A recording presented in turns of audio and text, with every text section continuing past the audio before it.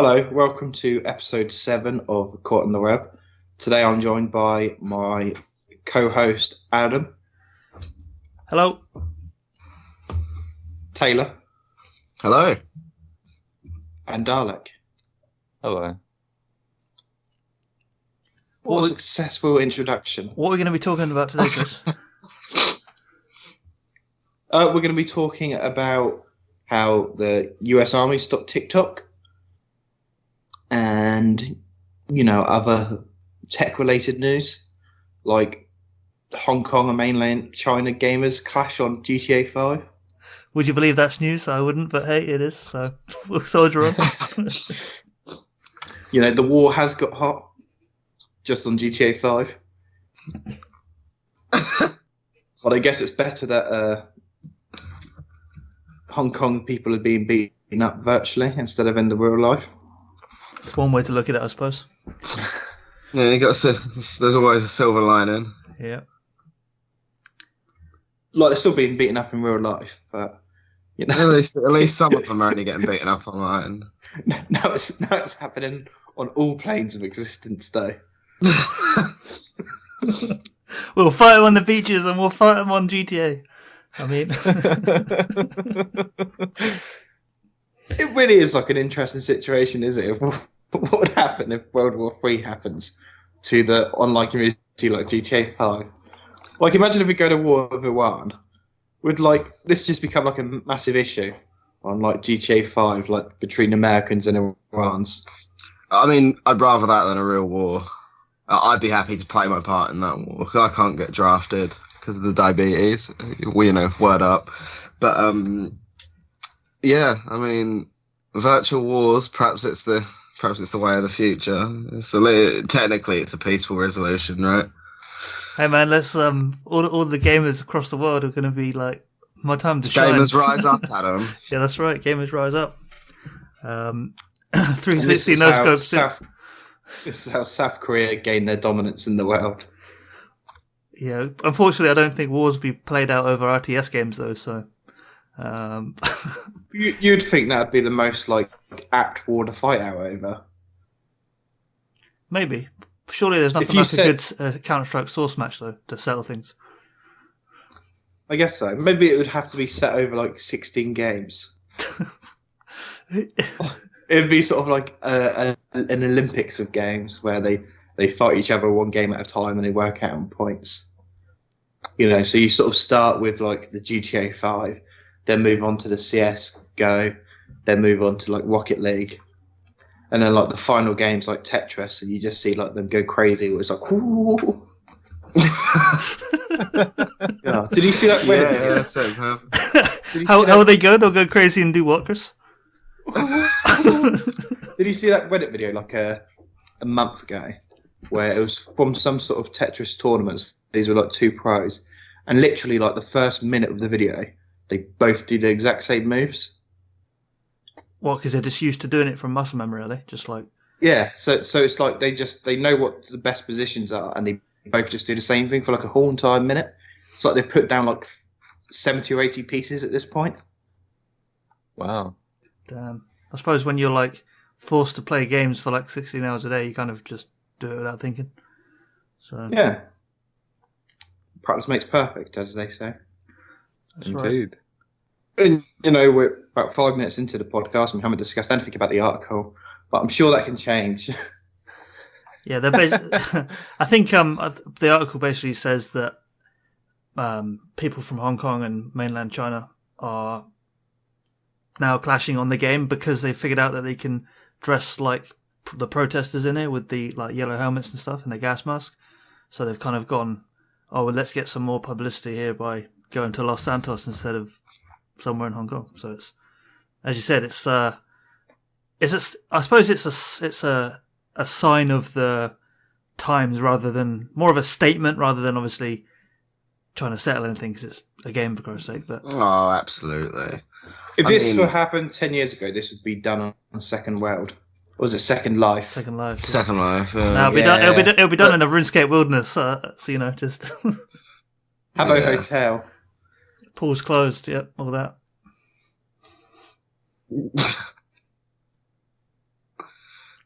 Seeing it, but that is not. Where are we? I mean, they picked the most dramatic GTA pictures they can find. Look at this.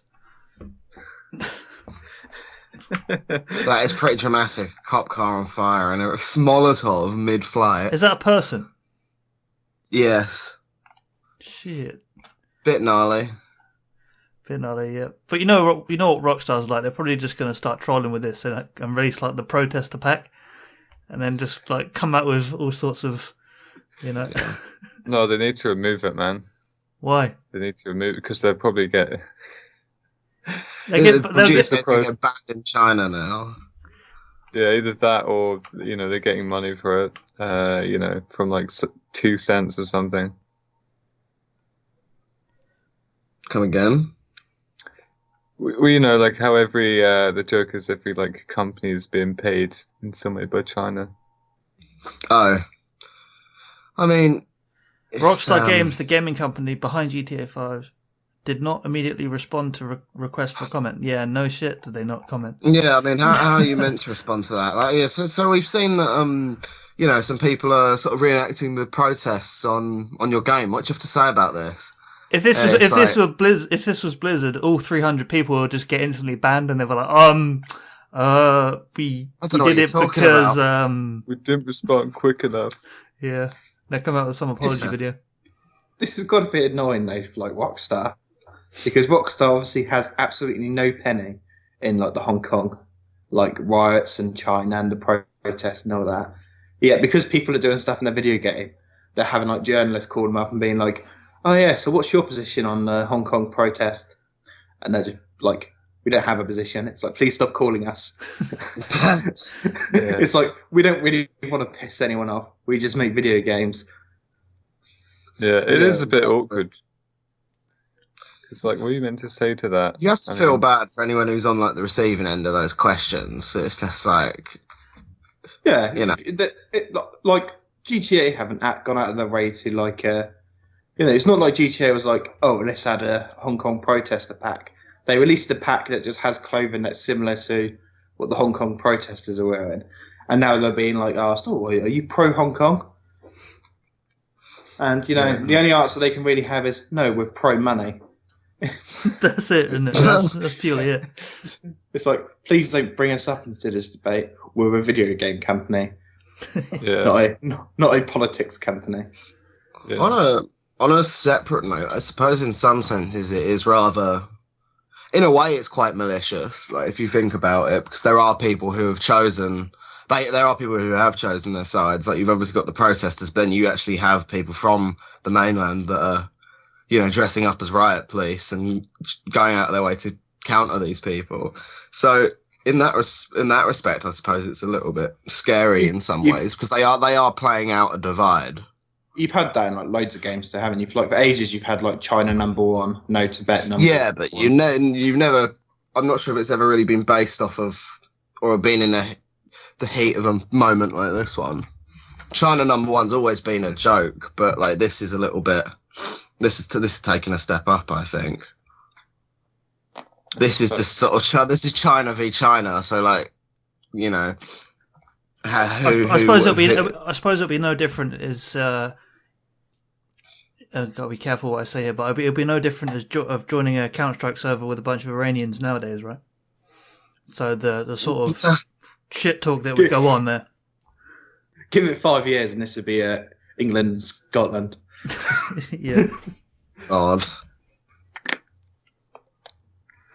Yeah, you always get like. This is like how we know wars about to happen is the increased shit talking in their video games.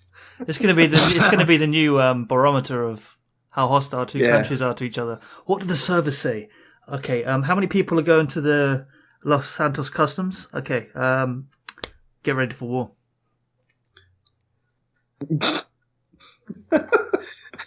But yeah, Hong Kong and mainland China's, they're clashing on GTA 5. What are you gonna do?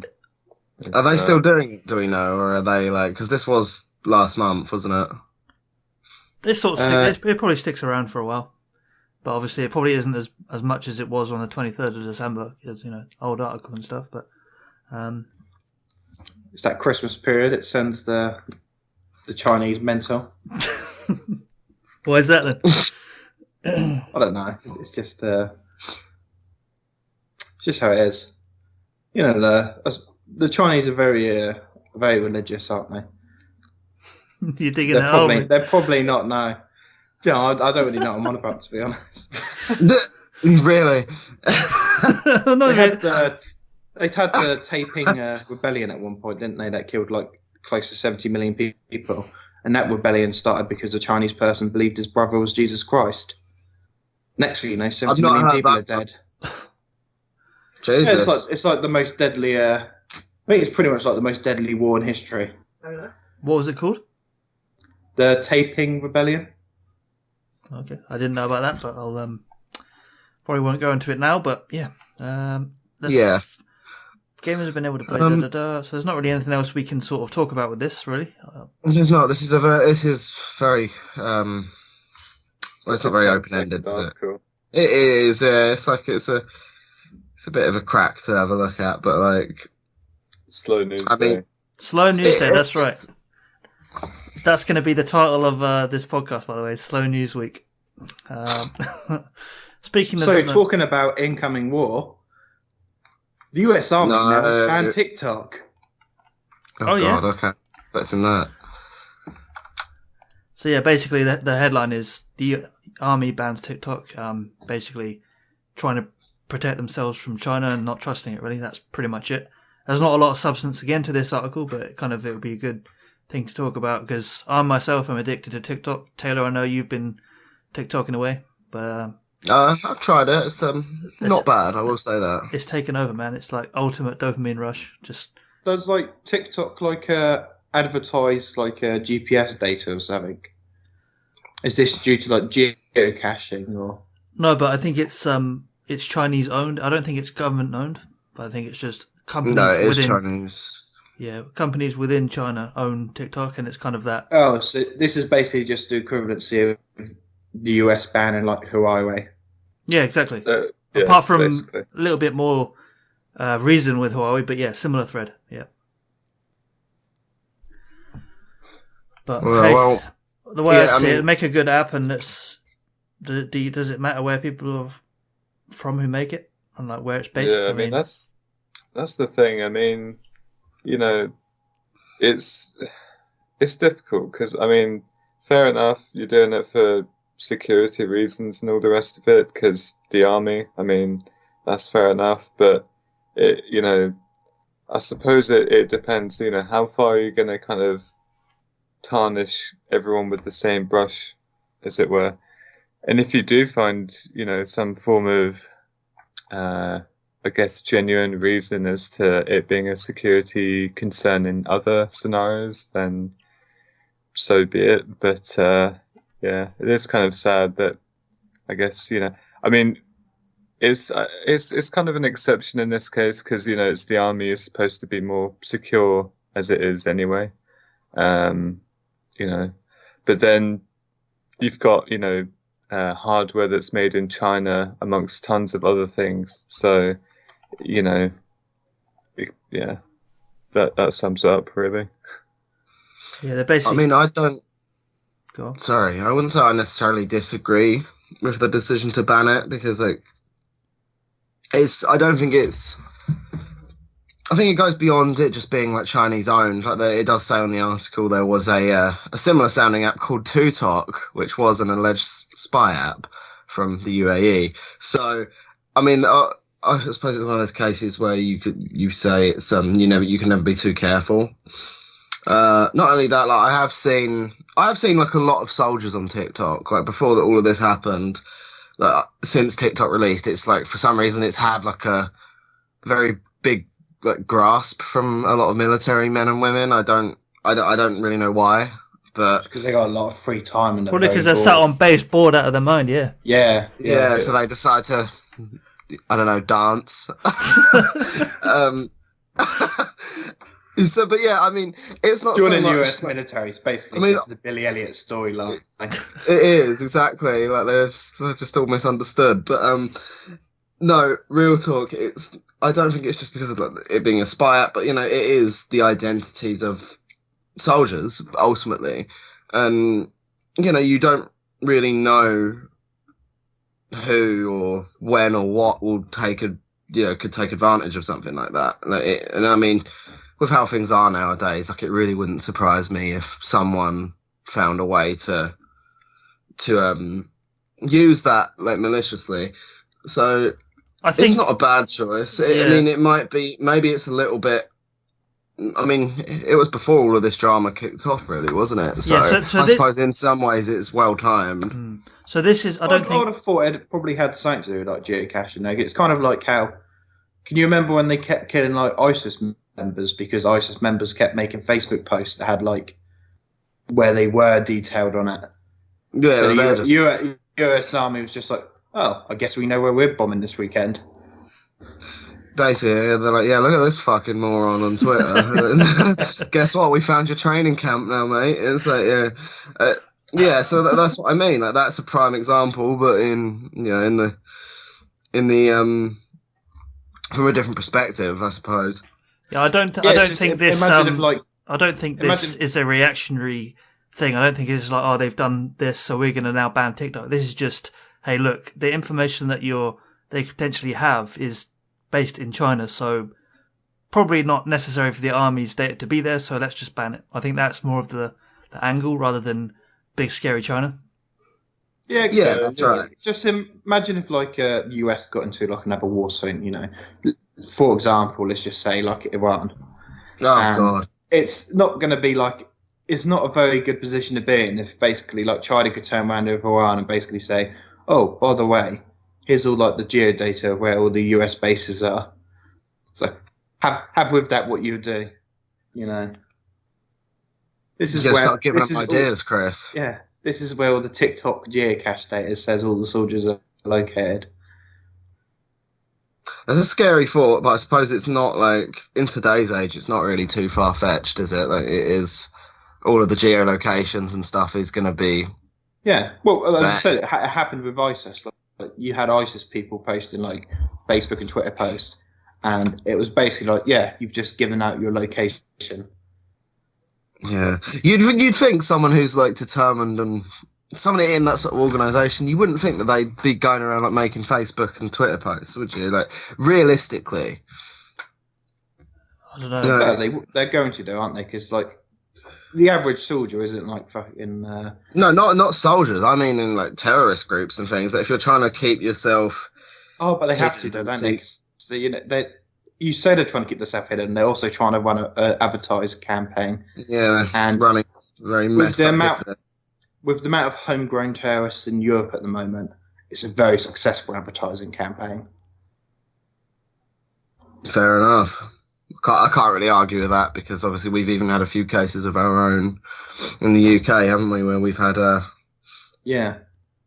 English nationals running off to join those groups. Obviously getting a little bit off topic there. Just a little bit. Okay, and then it just went really silent. Like, don't do that. No, I mean, does it bother you where you like if you were to download an app that was really cool? Would it bother you if it was in a country that was potentially viewed as maybe hostile? I mean, I would say so. I think it would definitely cross my mind. Like, if say England's in hot water with someone at some point, like if I'm then using an app and I find out it's made by the people that don't like us, I'll be like, shit. It's if my information's out there, which it would be, I would have had to, as it is with any like mobile app or whatever now, like you can't really use it unless you consent to giving all of this information away. If you try and say, no, I do not consent to this data being collected, and it says, okay, please change this in your settings, then come back. It's like, you can't really get away from that. So I guess in that sort of scenario, yeah, like it would it would bother me to some extent, only because it would cross my mind in the respect of, oh, well, what's going to happen next? Where is this information going to end up? But even if it doesn't bring any direct harm to me, like the information is still out there somewhere, and you never know who's got hold of it.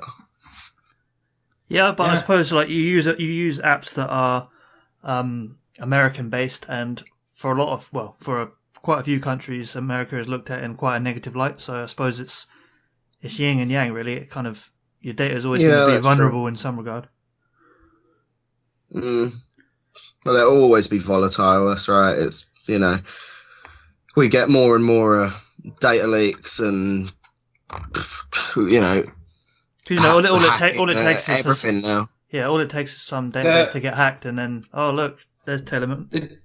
The difference here, though, is that a company based in China is 100% a Chinese company, whereas with the likes of Google and whatnot, you don't really think of it as an American company now, do you? It's more sort of like just a global company. Mm-hmm. Like, I don't really think there's any sort of like international bias with Google, whereas any company made in China is a Chinese company. Like, it has some sort of connection to the Chinese government. Yeah, apart from TikTok now. Does as well. But, the app's gone viral and it's gone global. So I suppose that is, for lack of a better term, like a global app or a product. Yeah. But it's interesting, though. Like, I know what you mean, though, Chris, with Google. It's the global brand of search now, instead of, Google, that American-based company. You only ever hear, like, American-based when you're talking about, it's banned in this country, or it's the... Yeah, there's just no real connection between, like, the Google board of directors and, like, the US government. Whereas, for, like, Chinese companies like Tencent, half the board of directors of Tencent are like chosen by the People's Party of Communism in China. There's the company, for all better terms, even though it's an international company, is like Chinese owned and run. Whereas, like, Google doesn't have any ties to the US government. Like, Amazon doesn't have any ties to the US government, nor does Facebook or Microsoft. But there's lots of ties for a lot of Chinese companies with their government.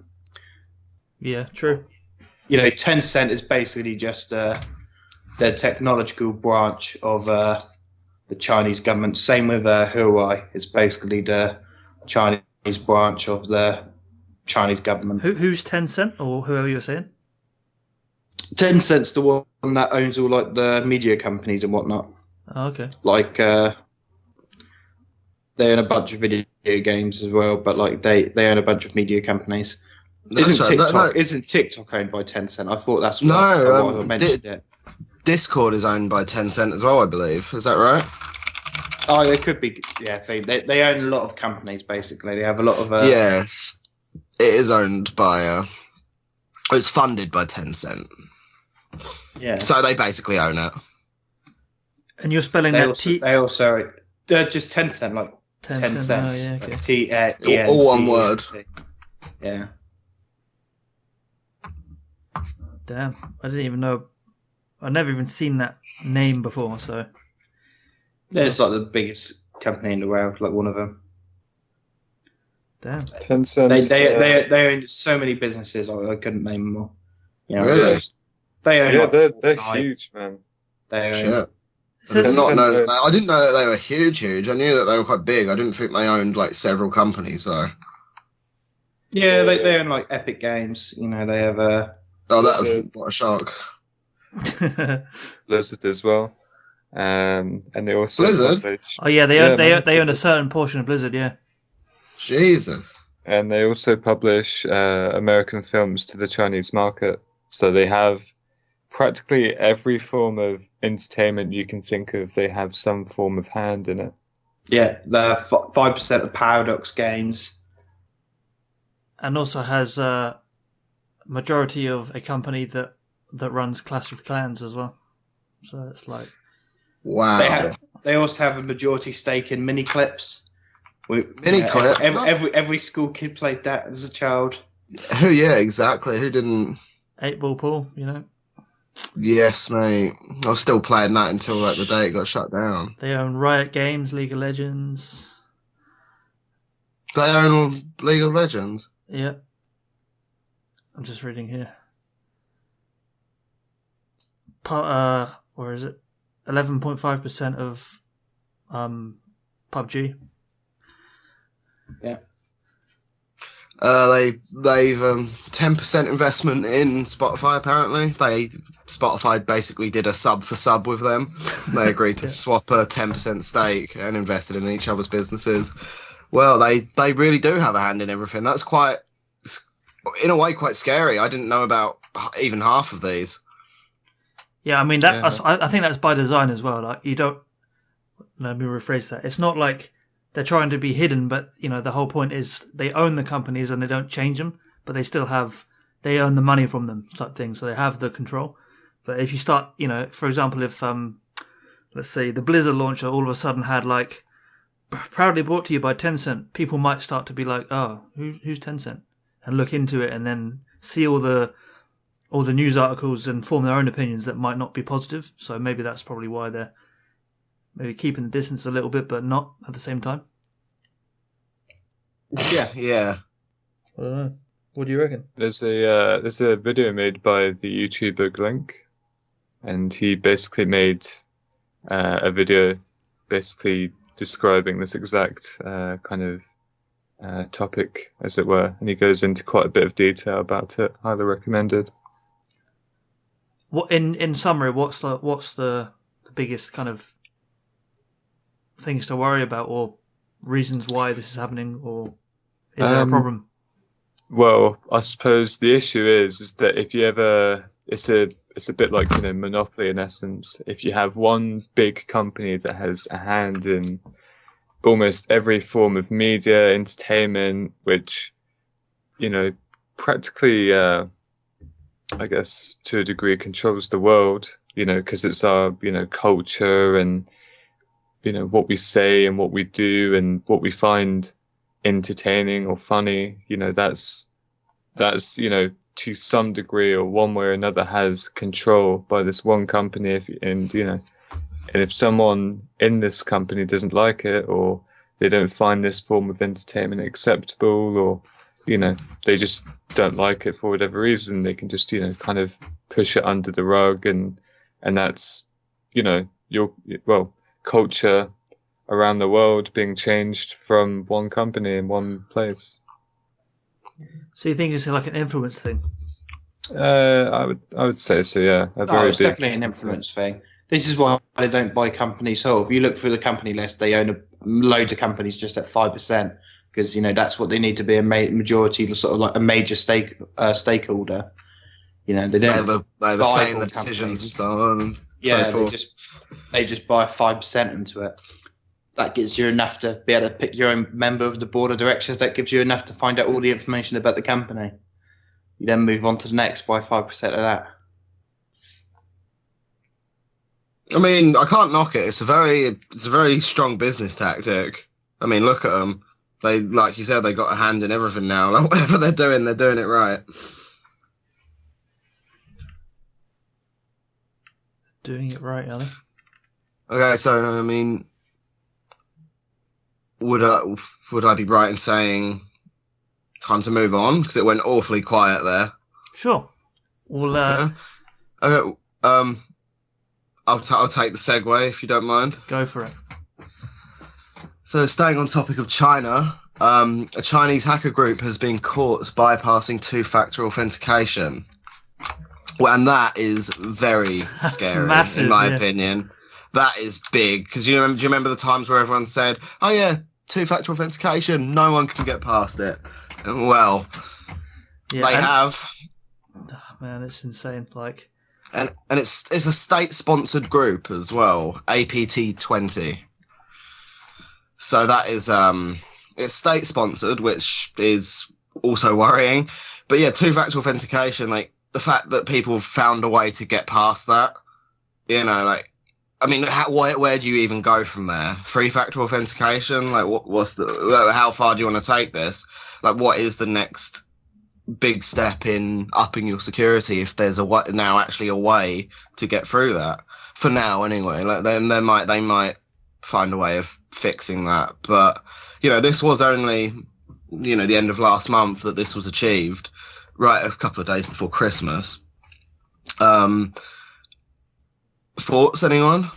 Yeah, so just to give it a little bit of a technical reasoning of why or how they could have potentially done this, according to this article, is they're saying that this is a company called Fox IT.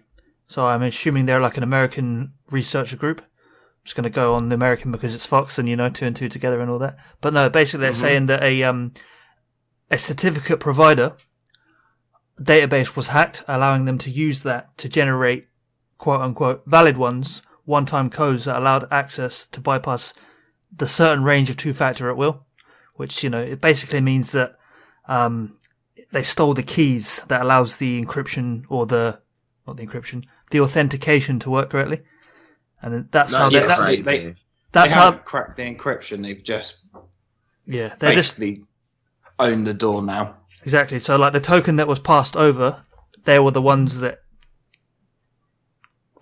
generated and issued the token. That's the theory anyway. No one actually knows, otherwise it would be fixed, right? But that's right.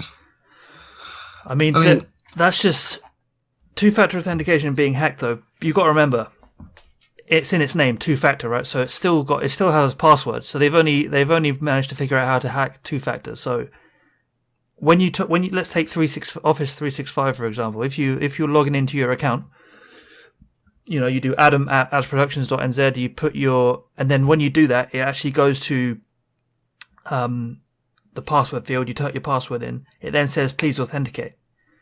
There's going to be ways in which this can be secured, and I think the fact that it's being found now, and the fact that there's a vulnerability that's being found is a good thing. And this is, I know it sounds weird me saying, oh yeah, it's good to see that they're being able to hack two-factor authentication, but wouldn't you rather know about this than a couple of months down the line, then because there'll be a couple months down the line, your personal information, all your accounts have been compromised. You have to go and change all your passwords again. It's just like, I mean, you should probably change your passwords now and then anyway. But nevertheless, one of the things that I thought was quite foreboding about this was that the group that did it, the researchers that were sort of staying on their paper trail, if you will, like APT20 just kind of dropped off the map. It says in 2016 to 17.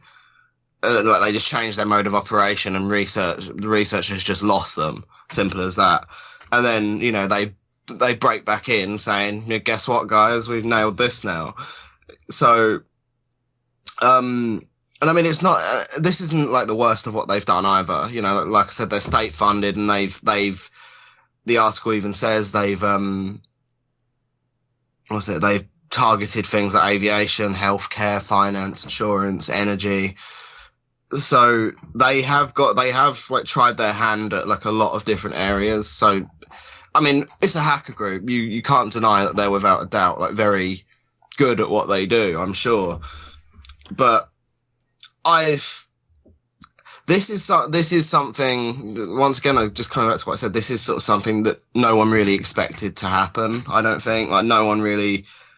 I've always assumed that two-factor authentication was, like, sort of, the safest. And, a lot of friends of mine have always said, there's no way around it. You should always have two-factor authentication on.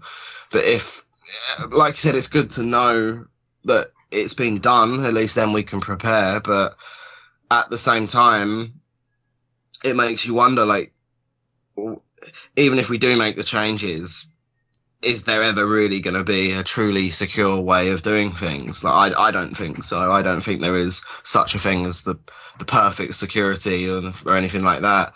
It can all be bypassed in one way or another. It's just, the question is, where do you go from here, though, in terms of, like, if you want a new sort of method of security or securing an account, like, where do you go from two-factor authentication? Yeah, I think it's important to mention that this is a flaw in the system compared to a flaw in the technology, if that makes sense. So they've found a way to make the system behave how they want, and bypass? Like, for example, how many of you here actually use two-factor for all your accounts? I use it for quite a few of my accounts, mainly for I've got my priorities set straight. I use it mostly for all my gaming accounts, but so what about not much else. Don't answer if you don't want to, but like banking or emails or anything like that, do you use two-factor? It's in a way, yes. It's a different form of two-factor because you got it generates your security codes and stuff on the app, which I mean, I don't know. I don't question how banks do things too much. Like, I'm quite trusting, but I don't use online banking an awful lot. I only use it to really check my balance, which isn't anything impressive. So I don't really ever need to open that app. As I said, I think it's good. I think it's good that this has been sort of showcased. Like, hey guys, This is a flaw in a system. Patch your shit. I don't know. Anyone else have any thoughts on this one?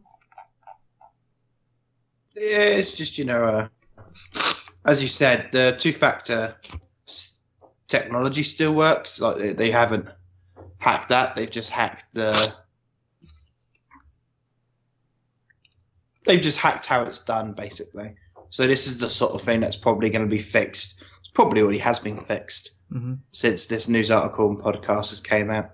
I was going to say it's probably been fixed a few weeks before this was even published. So, as we said previously, like all security systems have some sort of people maintaining it, and all people are the things that are the most easily hacked. Yeah. It's no system's perfect currently because all the time people have to be involved, and people are simple creatures. Yep, that's right. I mean, it'd be worrying if they managed to break encryption, let's say. That's like, okay, that's game changing. Whereas two-factor is kind of a system to secure rather than the tech that secures it, if that makes any sense. Yeah. So, because they're not going to hack encryption anytime soon, no. Because if they did that, they've got a master key to like everyone's bank accounts. But it's a different topic. Basically mathematically impossible. Yeah. It'd be a much bigger article. It would be, and we'd probably be like, okay, guys, I'm going to take a break from the internet for a bit while, I've just been, all my money's been drained from my account because someone found the key.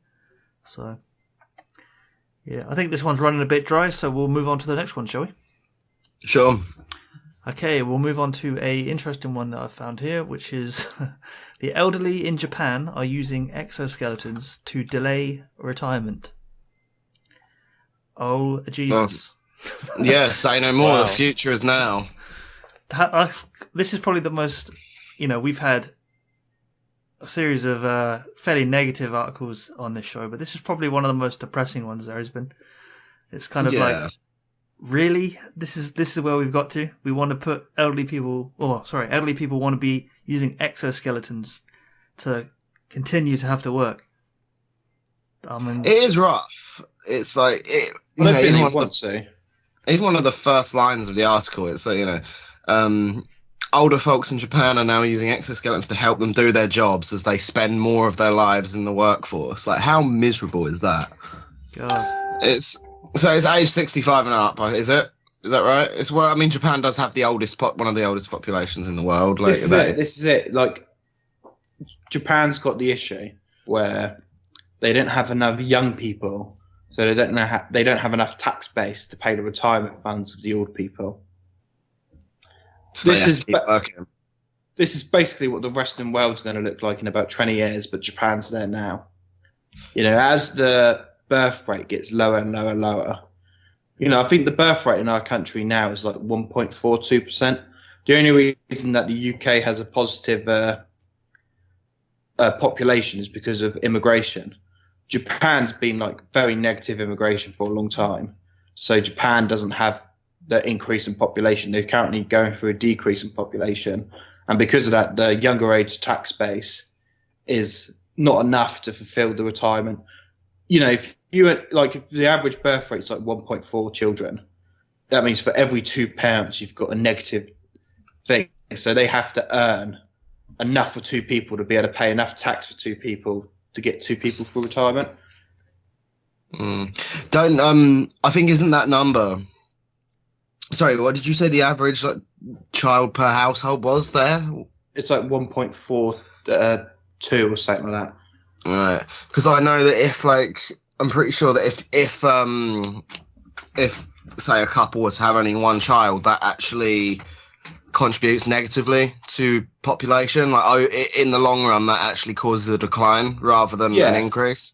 So well, it does, because our whole entire government works with the idea that they don't tax industry, they tax people. So the more amount of people you have, the higher tax base you have. The number you're looking for is basically you want 2 kids for 2 adults, because that keeps the population the same. Really, you want about 2.01, but most Western countries it's just like 1.4, 1.5. It's a low thing, because when you got a higher sort of middle class economic base, you just have less children, because people focus on their careers more. They focus on other things. And Japan's had this for ages now, and as I said, they haven't had high enough immigration to Japan to offset this, like most other Western countries have. So you reckon it's sort of history that's biting them on the arse a little bit in a way? Yeah, history that we get to look forward to, because this is just Japan showing us what a negative birth rate does. And a negative birth rate basically means that people don't get to retire because there's not enough money there to be taxed. Well, there's the thing, though. Regardless of a negative birth rate, do you reckon this is going to be something that comes to, to the Western world even? Do you reckon America and the UK would eventually take things like this? We're definitely looking at this. You look at the government spending now. I think it's close to like 30% that we spend in pension payments. Yes, they're gonna want to do away with that then at some point. Yeah, this is why it keeps going up and up here. You've got to be 67 now to retire in the UK. Okay, that's probably going to go up to 70 in the next couple of years, and it's probably going to go up to about 75 in the next decade. Okay, when you at the age of 75, if you've spent all your life in your career as a builder, when you get to the age of 60, you're starting to struggle, aren't you? So when you get to the age of 70, you got told, you've got 5 more years of being a builder, you're just not going to be able to do it, are you? No. Because your body would have just been beaten up from all those years of hard graft, so... Exactly, yeah, it would have been worn down. But with your government-issued exoskeleton, you'll be right able there to still keep laying them bricks. The thing is, though, the amount of people they'd have to give the exoskeleton to, and, the price of some of these, there's one that's, I just saw it, It's made by Panasonic. It costs $5,500. And then Toyota's made one apparently. There's another one that's $1,300, and you squeeze a hand pump and it fills air-powered muscles, fake muscles, which is pretty cool. It's very sci-fi in my opinion. Nevertheless, $5,500 less off then, though. What? $5,500 is cheaper. A lot cheaper than a year's worth of pension payments. And hospital bills for banged up knees and I pulled my shoulder out. Hip replacements and knee cartilage surgery. Yeah, I get you. And this suit, the one that's $1,300 with the air powered muscles, it can allow you to lift up to 55 pounds, which is quite a lot. This is just the suit that lets you do that. So that is quite impressive, if you ignore the sinister aspect of it. And then it says right below, talking about a father who is in his 70s and was supposed to retire but is still working thanks to the muscle suit. So I'm not. Go on, Taylor. I know you want to go. I know you want to go the. They just want to make us work to 100 and Well, that's the thing. You can't really argue that they don't, because if they want to squeeze more years out of you, they will. They'll find a way to do it. It's and that's what I mean. At the minute, I can't really decide whether or not it's exclusively a good or a bad thing. I think the suits in their own right are pretty cool, and there's probably a lot of application for them. But if it is going to come down to a point of if we can just make this easier for everyone, we can raise the age of retirement to 80. It's great, wonderful. We're saving out on work until their dying day. It's it really depends on what sort of direction it takes, really. You're not going to retire. No, I'm not. I know that. By the time I'm at retirement age, fucking hell. You need to work on that private pension. That's what it's all about. Nowadays, I recommend everyone get a private pension. Financier Chris over there. But yeah, so why not give these to people that are like middle-aged? Yeah, I mean, why not, right? Like, I'm quite for that. It, like I said, it has other applications. Like, picture people who suffer from arthritis, for example. A lot of them, there are people that are in their 40s, 50s that have that. Sometimes younger. And for them, it can make it a lot harder to work, obviously, and especially if they're in a job that perhaps involves a bit of labour as well. Yeah. Like, something like that would basically end their career eventually. If this suit could be given to them and, suddenly they can lift 55 pounds and they don't even have to think about it, I think that is a good thing. I don't have anything against that. But whether or not it's ever going to be something that becomes mainstream in the job market, hard to say. Because at that price, you think how many companies are actually going to shell out that much money for like one employee? Yeah. Depends if it gets to a point where it's like this building site requires steel toe cap boots, a hard hat, and a G5500 exoskeleton, proudly brought to you by Panasonic. It depends. It's actually you could see it being a sort of thing that the company legally has to provide. The companies can't discriminate now. They have to make a reasonable adjustment. Is providing an exoskeleton suit to someone who works for you a reasonable adjustment? I don't know. It would be in the eye of the law. It probably would be. In the eye of the law, yes, but in the eye of the company, they'll just find a reason not to hire that person because they're not. If they can either have a reasonable adjustment, that's like going to be, maybe not even any extra money. Like they might have to adjust something at the workplace or whatever, or make adjustments to like the person's shifts. Like that could be considered a reasonable adjustment. But is any company actually, especially smaller companies, let's say, are any of them actually going to turn around and say, okay, like we really like this person, but we're going to have to buy an exoskeleton for $5,000 so that they can work? I mean, realistically, how many places are actually going to do that? If they've got the skills to be able to do the job, but they don't have the physical, like, ability, I guess, then surely that's like a couple of $1,000 and we can get them working. Yeah, look at the amount of industries there are in the UK where they're saying they don't have enough people who can do it, trained and all that, to actually do the jobs. Like, there's not enough builders in the UK. There's not enough electricians and whatnot.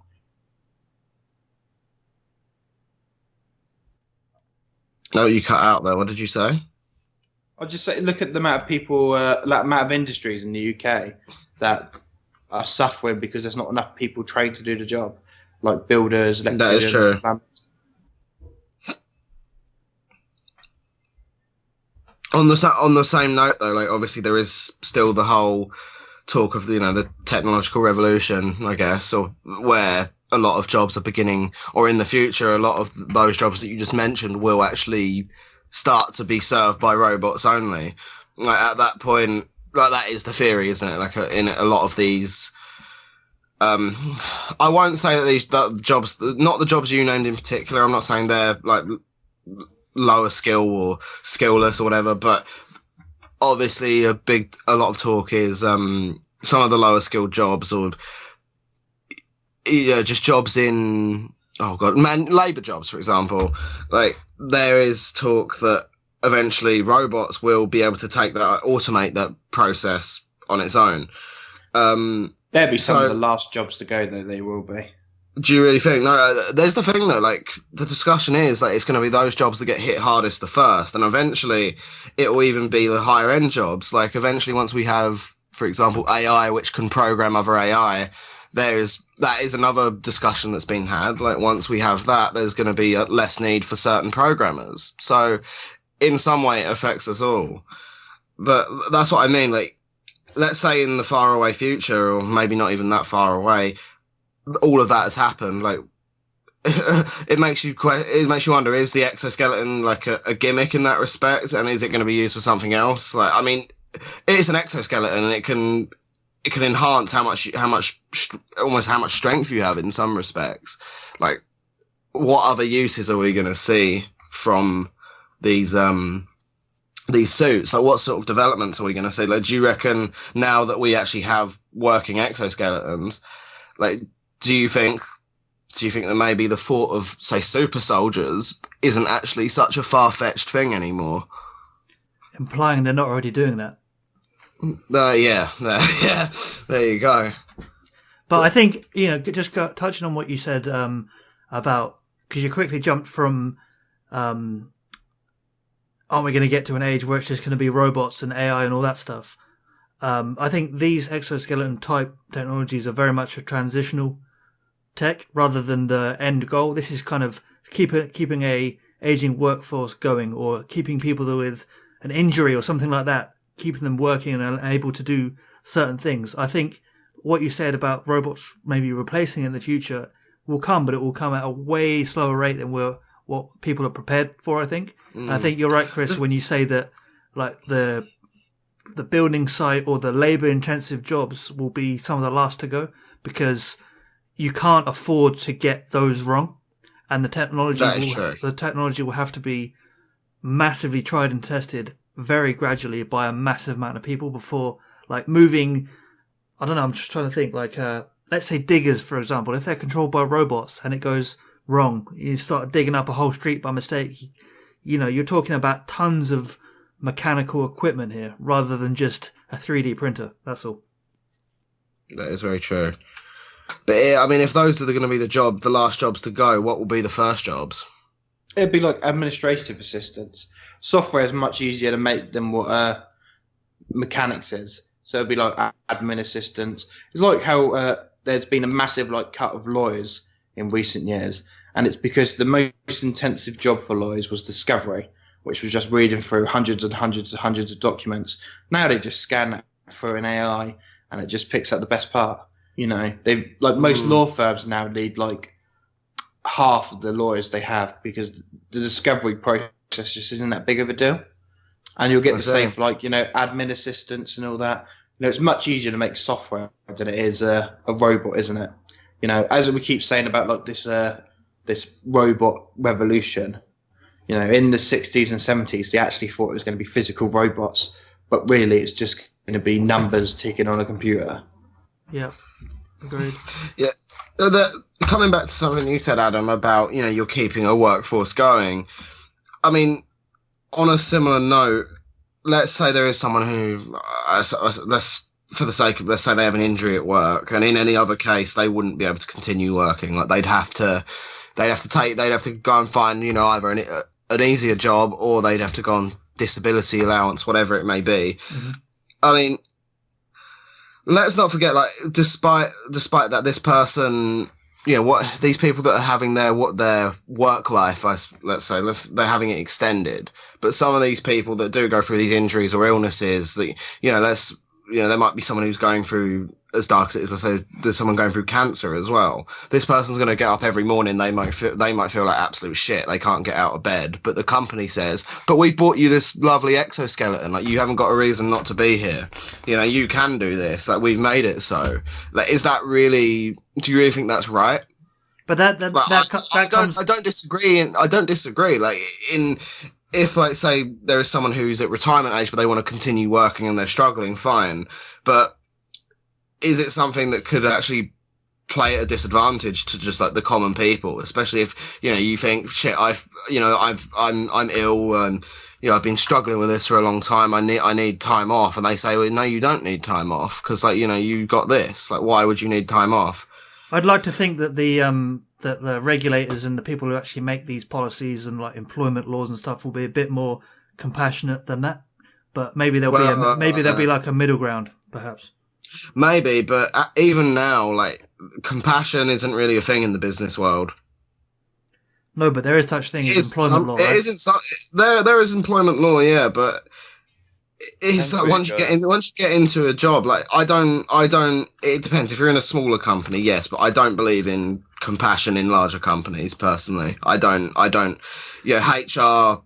Sorry, I meant by the people who make the rules of what businesses are allowed to ask of their employees, rather than the businesses saying, "Oh, you take it easy, but we're not going to make you wear this today because X, Y, and Z." I mean, like the laws that will be set and the requirements that will be set because of this perhaps emerging technology, rather than the individual businesses. I think they will be the ones to be like, guys, that's pretty fecked to even consider trying to make that person work, and then that's where all the disputes will be, rather than because the companies, like you said, they won't care. They're like, come on, get out of bed, lift it up. That's right. Yeah. Yeah. Okay. Well, I would like to believe that the lawmakers would make it appropriate, but it's when it comes to things like that, and it comes to workplace law and hiring laws and all of that, it's sadly it's not always as black and white, is it? Sometimes companies do find ways to jump through the hoops, and that's the only thing exploit loopholes even. Employment and law in that our country is really stupid anyway. Huh? Employment law in the UK is really stupid as it is anyway. Is it? Yeah. Like there was basically no employment law for the first 2 years of your employment. They could sack you for any reason. Nice. You don't have any right to an employee tribunal in the UK until you've worked for the company for 2 years. Is that still the case? Yeah. Yikes. So for the first 2 years, you basically are just owned by the company. And it's only after 2 years you actually have a right to go to an employee tribunal and get something changed. That's crazy. I suppose in some ways, though, it's like it makes a little bit of sense, because I guess you don't want people just coming into your company then immediately demanding change. Yeah. Because then it would be too hard to moderate at that point, I feel. If you allowed that, I suppose you do have to put a limit on some things. It really depends on how it's done. As long as they haven't got a gun to everyone's head saying you can't do, you're not allowed to say that, take it back. As long as they're not doing any of that, I think we're doing all right. But once again, I don't. We're a lot of companies tiptoe that line. I think let's bring this back to the people perspective of this, like exoskeleton kind of enhancing your body kind of tech. I think there'll be certain people and groups out there that will look at this and like, oh great, so my dodgy knee will allow me to, no, even with my dodgy knee I'll be able to start doing what I like to do with X, Y, and Z, with whether it's, I'm just trying to think of something random off the top of my head. Let's say they move bags of concrete around, or they're trying to build something for friends or whatever it is. I think they'll look at it like a positive in that way. But like we've discussed in the last 15-20, is if this is adopted by lots of people and lots of companies, then as you said, it might get to a point where it's, oh wow, we can make people work harder because they're going to last longer, I guess is the. And that's another thing with it. Like you. Keywords, they work harder. Even if this is a positive and you do get these people continuing, you've got their work life expanded, or just picture a job that just uses these in general in the future. Like that might become a danger, where they come to people and say, hold on, you're not working, you're not meeting our criteria, you're not meeting the minimum, you're not meeting our expectation. You've got this exoskeleton. Why aren't you working at a faster rate? But technology's done that throughout the whole year. It's like back, when there wasn't voice dictation, people were like, "Oh, we expect you to write 2 pages." Now with voice dictation software, "Oh, we need you to write 100 pages of text by Friday." It's these things do change with tech, but I suppose look at the farming industry. You got one man in his tractor now doing what 1,000 peasants used to do. Yeah. What do you mean you only picked out 125 carrots? We haven't got a machine that does 2.5 million in a week. Where have you been? Yeah, I mean, I was gonna say, it kind of goes both ways. It can be looked at as a negative, both, I guess, for Japan because. And I guess exploitative workforces because people have to work even longer than they probably should, and maybe maybe it will implement some form of exploitation, like, oh, you've got this, why don't you, keep working, raising the limit, as it were, in a negative light. But then, as Adam said, on the good side, you might be building, I don't know, like a massive, amazing barbecue for your friend or something, and then you just use that, to build it, as opposed to, wearing yourself out, and then you can't go back to the job and, feel 100%. I guess overall, it's amazing that, people are able to do more, with this sort of technology, as opposed to sit back and think, oh, I wish I could, but I'm not as young as I used to be. So, I think it's one of those things where there's always going to be two sides, I feel. Yeah. I'm reluctant. I think it's cool. I think the exoskeletons are cool, but I am very reluctant in terms of what the future may be with them. But I'm not gonna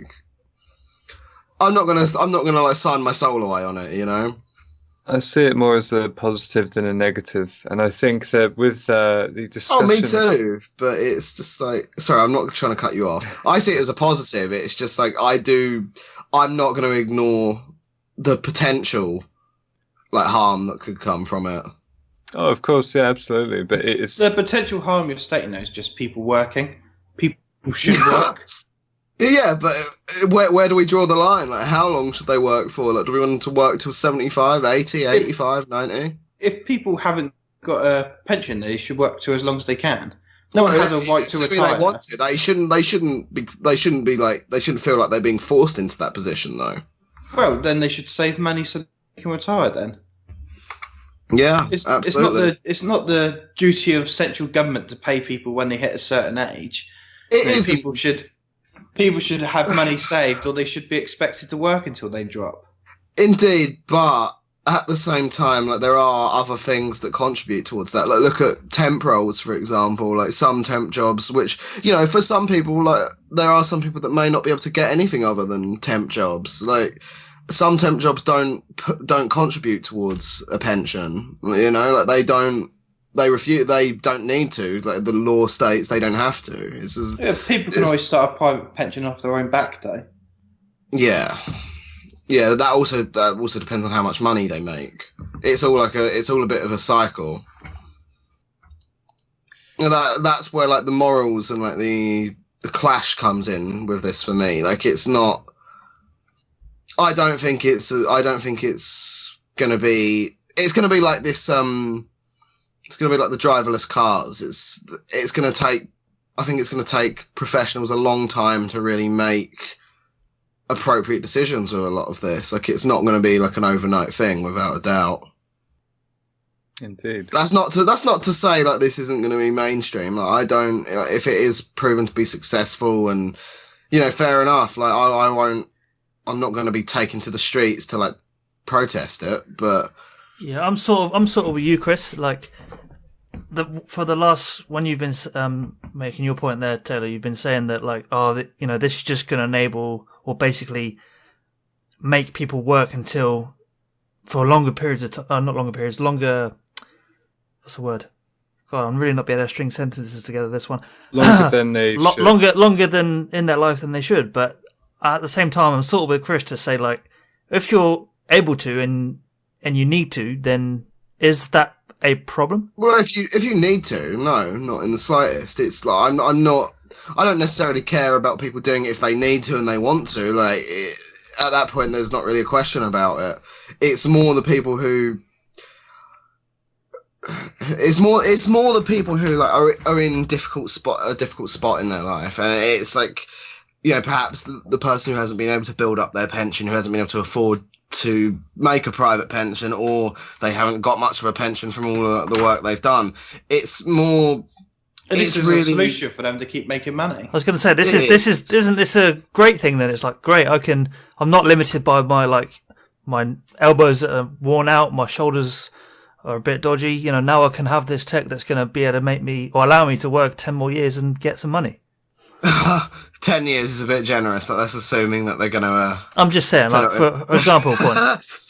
Yeah, I feel you. I feel you. Like, I'm not. I don't disagree there. It's sort of it's a hard angle to have. The one I'm trying to take here.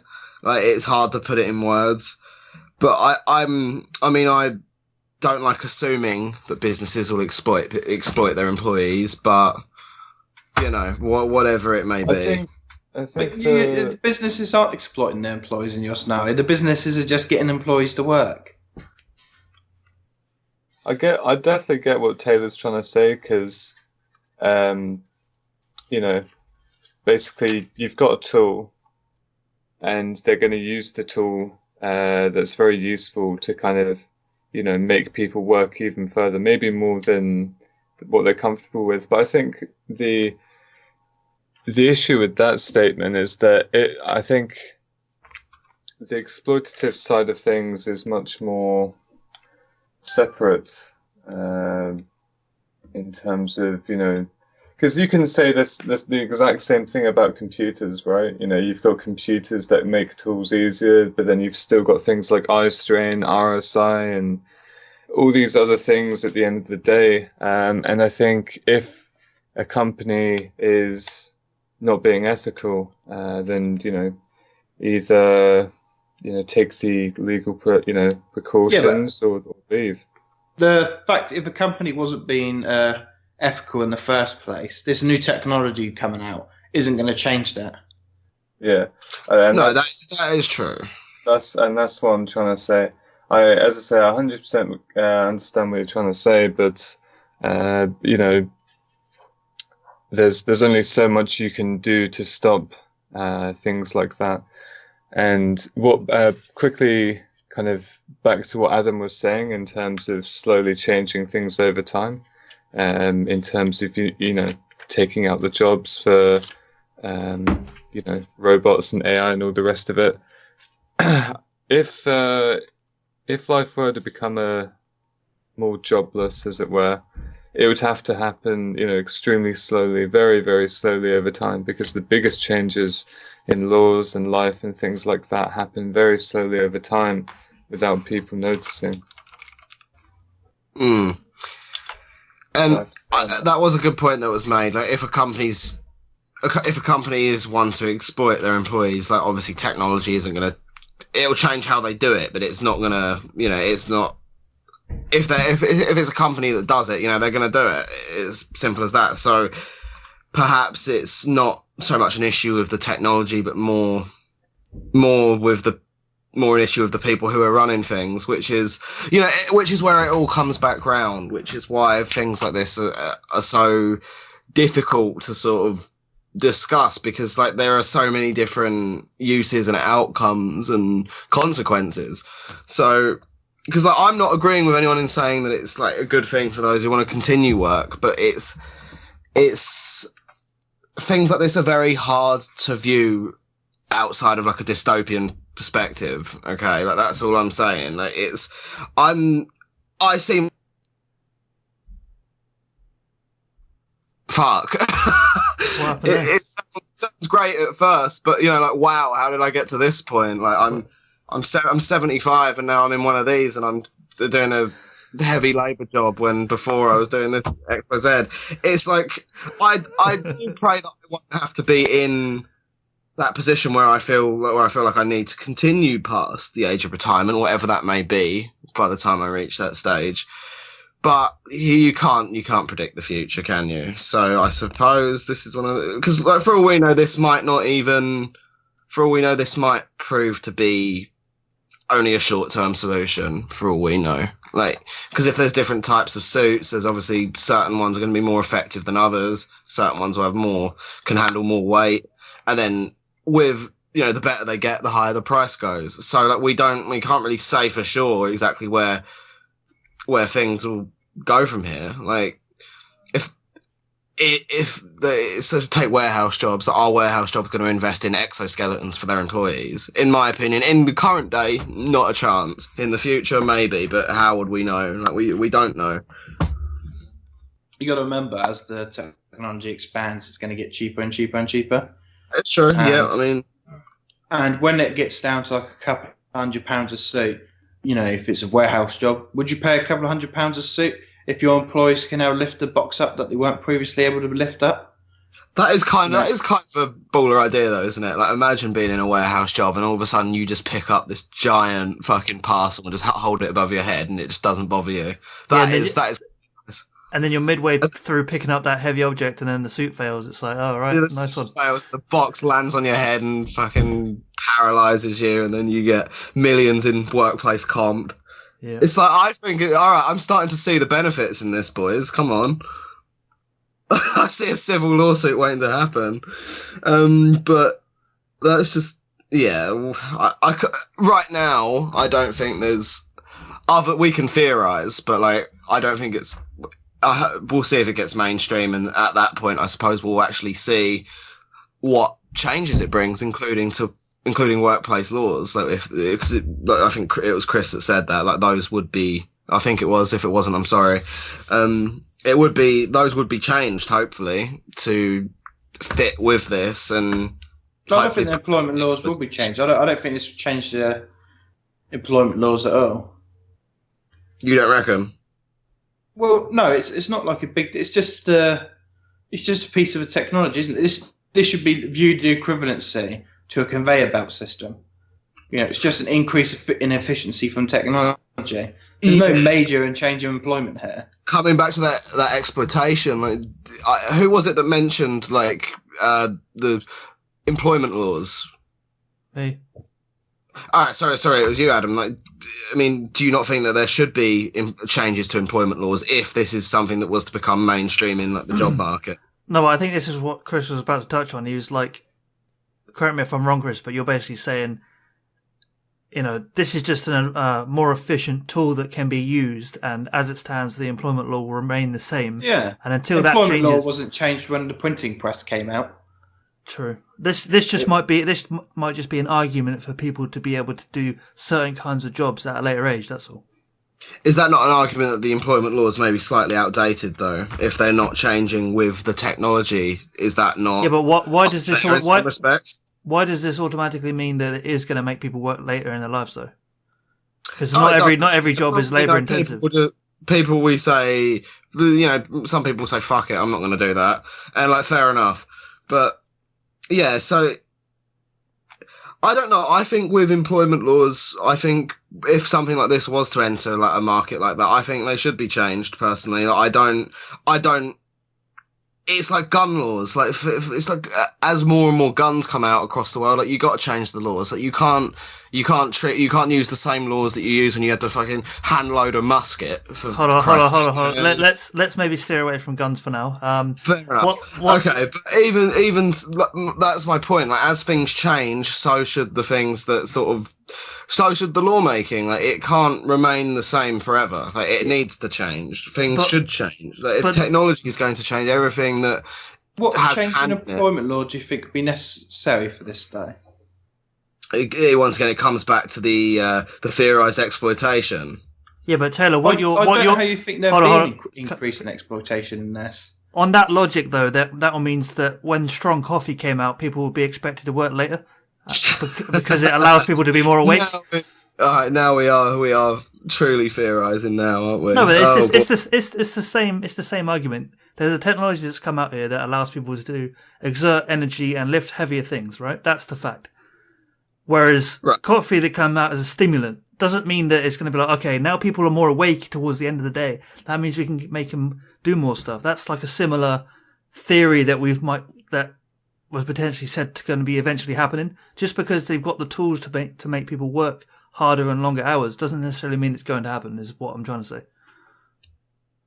No, of course. No, I completely agree with that. Like it's not destined to happen. Like, I mean, coffee is an odd, but I know. It's the first thing I could think of, but very, very different. But it's like I do see what you mean. Like, it's just now you can just kill that woolly mammoth quicker.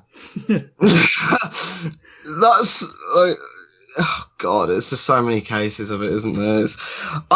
Maybe it's just one of those things. Like I think as technologies come out, when you look at it, I suppose in some ways things have adapted on their own in some respects. But once again, like it's a very mixed bag the way I look at changes and how people respond to them and how companies respond to them. Like I think it really depends on where you go, because obviously no two companies are going to operate the same way, and that's just my that's my hot take on it. Like I'm not sure if technology like this should be given absolute free rein, but I may be completely wrong, and it might be nothing but a positive. I suppose we don't really know yet. I don't really see this changing policy as much as, let's say, a forklift has. Similar sort of thing, lifting heavy. I don't really understand where. Do you think there were people when the computer came out saying we need to change employment laws? This is going to start exploiting people. This is just a new bit of technology. It's just going to increase the efficiency of production. But I think the reason why we've got to this conversation is because in a certain case such as this, where elderly people in Japan are using it, we've basically said, okay, so this is going to happen worldwide, I guess. Yeah, that's assuming it goes worldwide, isn't it? Like that's the thing. Like these scenarios, it is an assumption that they will be sort of streamlined, and they'll be like the main tech that you see in labour jobs for the most part. I'm not sure if there'd be application for this in other areas. There may be, may not be. I'm not sure. I mean, sure, super soldiers, I guess. That's the problem. Like, would something like this fall under the Computer Misuse Act, for example? Like, what if a worker comes into his warehouse one day, puts on his exoskeleton, and using his power of being able to lift a total of 55 pounds, just throttles another employee and fucking, like. It's things like that as well. Like, but would that be any different to someone coming into work, getting into his forklift, and accidentally killing somebody, running them over? Absolutely not. And it's like computer misuse as well. Like, there's no people coming into work and then stealing all the data on the on the servers and fucking doing whatever they will with it. Like, there's been cases of that, hasn't there? Where there's a guy got sacked and then he went and shut down the entire system before they took his name off the list. He went to prison for that though. But even so. Like, there's also little things like that. Like, even if it's not a case of the business exploiting someone in some way, I suppose regulation is going to be needed. I think that's the better ground to take here, because something like that, if you're going to give someone an exoskeleton, like, you have to be careful doing things like that. I think we also have to be careful not to overthink this. Oh no, like, this is all very iRobot, but because all this is a structure with hydraulics in it that can lift heavier stuff. Yeah. It doesn't necessarily mean... It's not going to stop me from throwing my co-worker across the office, though, let's say that. Yeah, I think the forklift was an apt comparison. This is basically a forklift. Yeah. Was it, boys? You reckon it was better than my coffee comparison, then? Yeah, I'll give you that. Much, much better.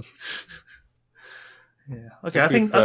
really explored this topic very, very, very, very deeply. It's been good discussion, though. To be fair, I think we've all chipped in. I mean, I think this is a point where we can say, do we want to carry on with the last remaining stories or leave them till next week? I'm just conscious of the time. That's all. I don't mind. How many have we got left? 3 more, but I don't want to sort of rush through them. So I think it might be good to call it a day now. What do you reckon? Nah, if you like, I'd say continue. Continue? Yeah, I'm easy either way. I don't mind. It's whatever everyone else wants to do. Chris, you happy to continue?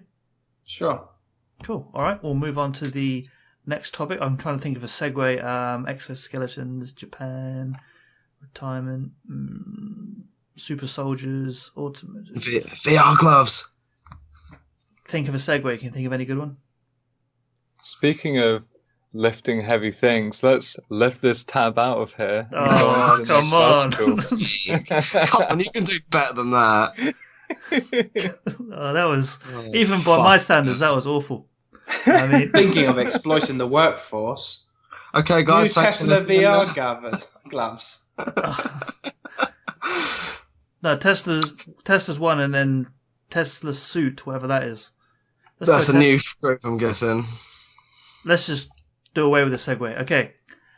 Teslasuit, which I've honestly never heard of, their new VR glove lets you feel virtual objects and track your pulse. Jesus Christ. And look at the picture. That just looks like some real fucking... Is this an April Fool's joke? Hold on, wait. No. This is like some real Warframe level shit right here. Look at it. Why do you need this? Terminator hand.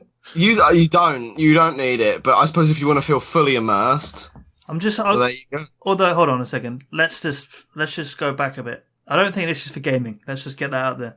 This is for like medical rehabilitation and helping people rather than Half-Life.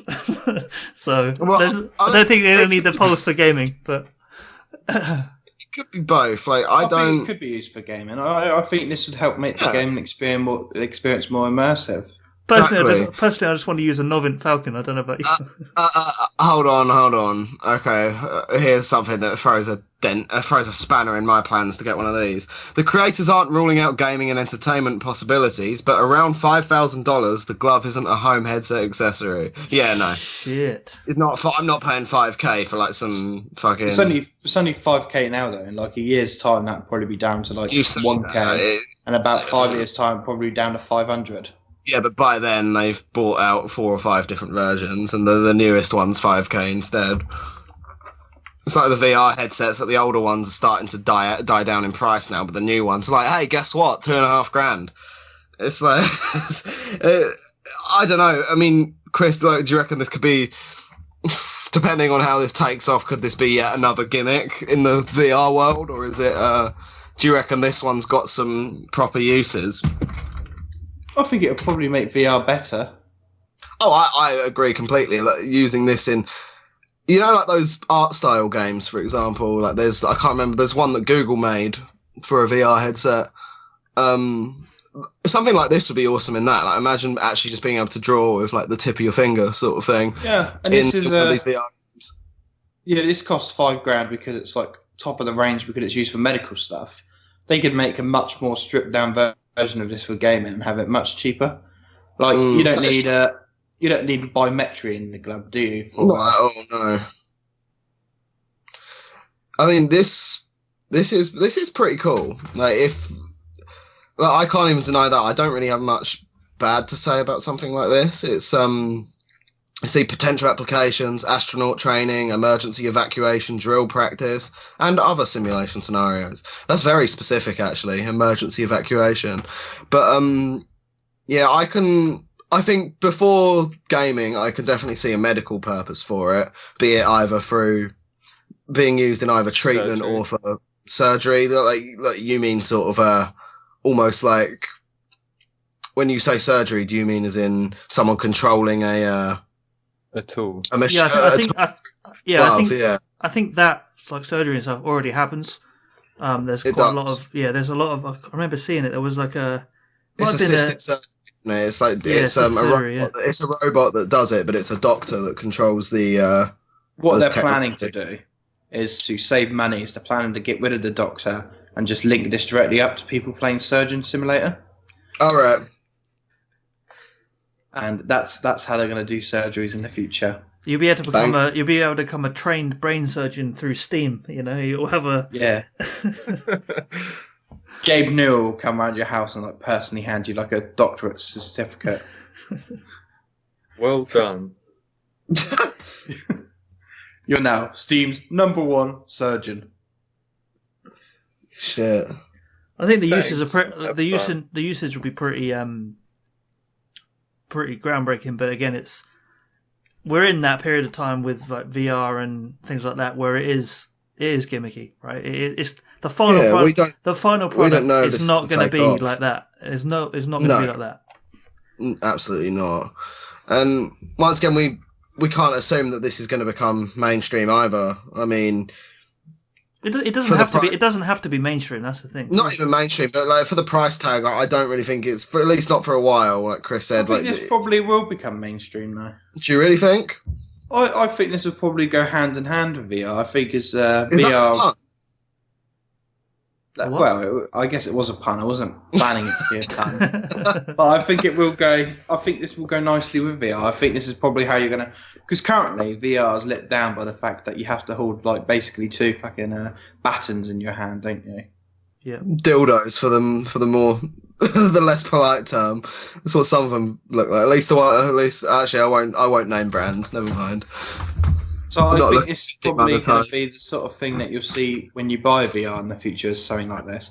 Yeah. As I said, this obviously costs a lot of money because it's used for like medical stuff, and obviously medical stuff just is expensive. Yeah, You know, exactly. when you strip down some of the features in this and keep it so it's only useful for entertainment way, I reckon these would be quite cheap.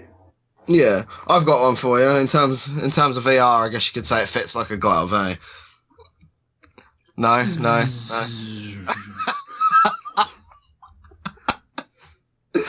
Oh shit! And you were so proud of that one as well. I wasn't, but like, I thought I'd give it a shot anyway. I'll give it a thumbs up. Oh, come on. Oh fucking hell, Dalek! You got any shit jokes to add while you're here? No.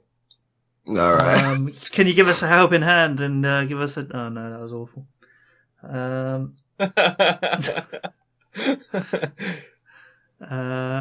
Shall we... Give him a hand. Give him a hand. All right. We've obviously Let's exhausted all of put our the... hands together for our host, and let's move on. hands together. Okay. We've done that one. So one of you added this, which is YouTube calls Crypto Purge a mistake, but many videos still missing. Honestly, I have no idea about this one. Someone care to explain? I had no idea either. Who added this one in? It was me. YouTube basically threw away a bunch of cryptocurrency videos from its platform, and they said that they all just vanished basically, and they said, yeah, we fixed it, we've reinstated it, but some of the content creators are saying that no, our stuff hasn't come back, it's all just been wiped. So it's like it is exactly what I said it is. I don't really know how to explain it other than that. Like, some videos mysteriously vanished. YouTube said they put them back. Apparently they didn't. So you just YouTube being what YouTube is, you know? Like yeah, people are upset, and like I suppose it's a little bit more controversial because it's cryptocurrency. Like I don't see why. Yeah, I don't see why they would have felt the need to do that though. Like assuming they did actually intentionally delete it all. And they said, oh no, we just made a wrong call with the massive volume of videos on our sites, but is it just a coincidence that like all of those videos happen to be cryptocurrency education videos? So are they saying here that there's a lot of crypto videos that were purged and they're now saying that they're a mistake? Maybe they categorize crypto as like a potentially shady practice. The one positive maybe you can see from this is YouTube have actually gone, yeah, we messed up, instead of it's something to do with the algorithm, and you need to mark your videos as not intended for crypto or children or people over the age of 45 or this or that. Because YouTube just everything that they do, they just get a battering, right? Because somehow they always find a way to mess up, and at least in this one it's kind of oops, sorry, instead of but you shouldn't have, sorry. I see. Yeah, I mean there is someone in the article, it does detail Chris Dunn, who he runs an investment education channel with 200,000 subscribers, would you believe? But he said it's gotten worse since he appealed the deletions, like the purging has. Yeah, so I mean, why cryptocurrency videos though? Like, why? I mean, I imagine cryptocurrencies probably quite a few of the videos are probably scams. I imagine that is true. Like Ponzi Ponzi schemes, yeah. Like that is a thing. I suppose they, in a way, even if it was deliberate, it's the algorithm, isn't it? It's not them making that decision personally. So I think the algorithm may have been on the right lines in terms of looking for scammy things if that's what it was doing. Well, But no, it is, cryptocurrency's got a lot of links to like illegal stuff as well, isn't it? Like That's it is, what I mean, yeah. yeah. I mean, could that be a reason for it though? Like, I mean, there's plenty of like legit cryptocurrency trading. I definitely think like, for example, crypto has a similar sort of connotation than like the Tor browser does. It's kind of not illegal, but hey, crypto is a bit. It's an emerging it's an emerging unknown technology that people are still learning about, and all you hear about in headlines about crypto, for example, is decentralized banks and some hacks that have happened and the highs and lows. So it's on that very grey area of should we allow this, shouldn't we? So I can see why. Basically, a currency that the only thing you can buy of it is drugs. So it does have sort of the negativity. That is true. There's Chris Dunn did say, he said what his videos were removed for, and it says they were cited with harmful or dangerous content and sale of regulated goods. So perhaps that is what it is. Perhaps it's just there's a lot of malicious uses for cryptocurrencies now. I suppose there always has been. Perhaps it's just a case of that, and the algorithms picked it up, and YouTube's like, oh shit. Maybe it is an innocent mistake, but like there are people saying my videos still haven't come back. It's still better. It's probably like very similar. What was the channel that did videos about the Great War that got like fully demonetized because obviously all the videos are about war, guns, and weapons and all that, and YouTube accidentally demonetized all the videos. Yeah, it's probably just like a mistake like that, where it's like because it had a keyword in it that, as Adam said, like a keyword that YouTube categorizes. It's just an accident that they got rid of all the they got rid of some videos that they meant to get rid of, but at the same time it made them get rid of videos that they didn't mean to get rid of. I mean, if it's the same team that run the demonetization process, I'm not surprised that like every video was deleted, and because they just seem to be completely incompetent about that. I don't know how a company focused on video and making money from videos can get video content distribution so wrong. I really don't understand it. Like things like this with YouTube happen all the time. People's videos getting deleted, people getting demonetized, people, X, Y, and Z, like copyright strikes and monetization claims. It's just an absolute mess. And people, half the YouTube community, both like the big guns and the small people, are all saying the same thing, but it's always like, oops, never mind, we'll just go on to the next thing. It's just a mistake, let's move on, it's all good. I get it that there's just a dynamic platform and it's changing every day and there's always updates and it's all this stuff, and I understand that about the creators. Yeah, and I understand that different things happen, like when they got in trouble for like selling children's advertising details. I understand that policies change and that's fair enough, but it is just poorly run though. It seems to be just incompetence at like the highest level of YouTube, and that's. I don't think any of you would disagree with me saying that. I've been saying this for like the past decade. I think they even know that though, and they almost go, "Oh yeah, just another one of our problems. Don't worry about it." Yeah, I still remember last year, which was quite funny, is they banned a guy who made videos called CGP Grey for like a weekend, and they banned his account because they said he was imitating someone, and the person they claimed he was imitating was himself. So they banned his official YouTube channel with the reason for imitation. And it's like he was banned for like a whole entire weekend. Yikes! But if they can make mistakes like that, then they can make mistakes anyway, can't they? Yeah, exactly.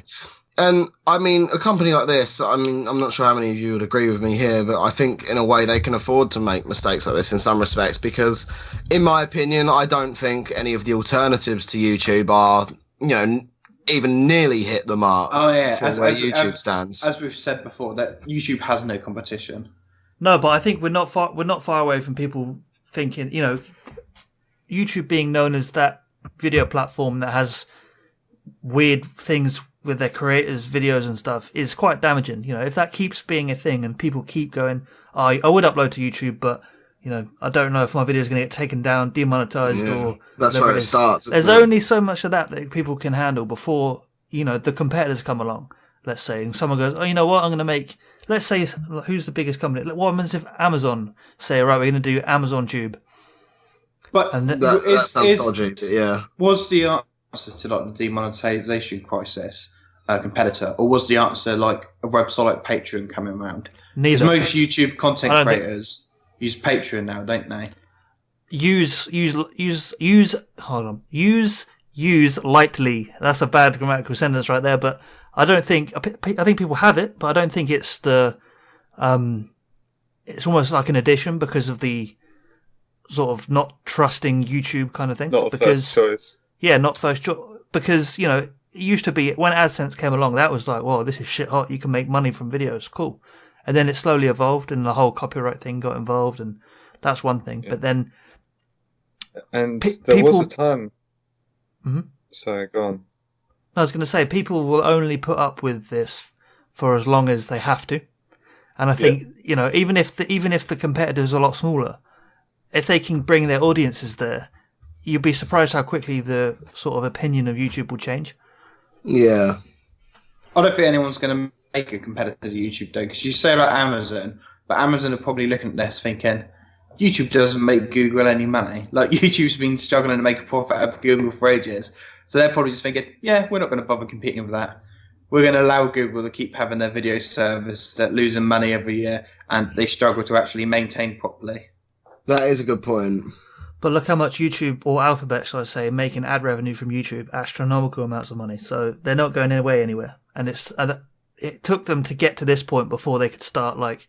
I know they make losses, I understand that, but before they can make astronomical amounts of money, which they do, they had to start somewhere. Mm. Yeah, but when are they going to start making astronomical amount of money? Well, Alphabet?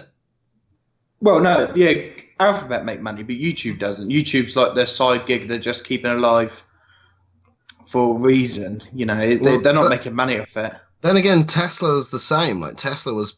I'm not sure if it's still the case, but years ago it was funded by SpaceX. Like, Tesla didn't turn a profit at all. It was funded by the bigger company.